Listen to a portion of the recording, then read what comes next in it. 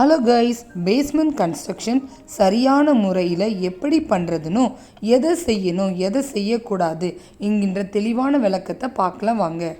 தேவையான டெப்த்துக்கு குழி தோண்டிட்டு இங்கே பிசிசி 4 இன்ச்சுக்கு திக்னஸ்க்கு நம்ம இங்கே போடுறோம். அதுக்கு மேலே காலம் லொக்கேஷன் மார்க் பண்ணிவிட்டு ஃபவுண்டேஷனுக்கு ரெடி பண்ணுறோம். ரெடி பண்ண பிறகு பெடஸ்ட்ரல் காங்கிரீட் போடுறோம்.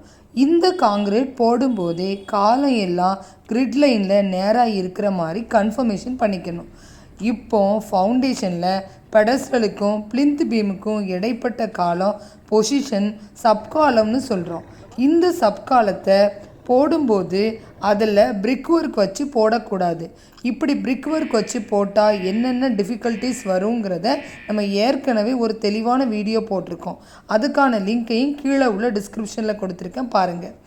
அதுக்கு இப்போ நம்ம ப்ராப்பராக ஷட்ரிங் பண்ணி காங்கிரீட் போடணும். ஷட்ரிங் பண்ணி காங்கிரீட் போட்ட பிறகு அடுத்த நாள் ஷட்ரிங்கை பிரிச்சுட்டு ஸ்டப் காலம் பேஸ் பகுதியை சுற்றி ஃபில்லிங் பண்ணுறதுக்கு முன்னால் bitumen base protective coating apply பண்ணணும். ஏன் நம்ம அப்ளை பண்ணணும்னா, நிலத்தடி நீர், அதனுடைய உப்புத்தன்மை இவைகளிலிருந்து கட்டடத்தை பாதுகாக்கிறதுக்கு தான் இந்த கோட்டிங்கை நாம் அப்ளை பண்ணுறோம். ஸ்டெப் காலத்தை சுற்றிலும் பேக் ஃபில்லிங் செய்யும்போது கன்சாலிடேஷன் ரொம்ப முக்கியம்.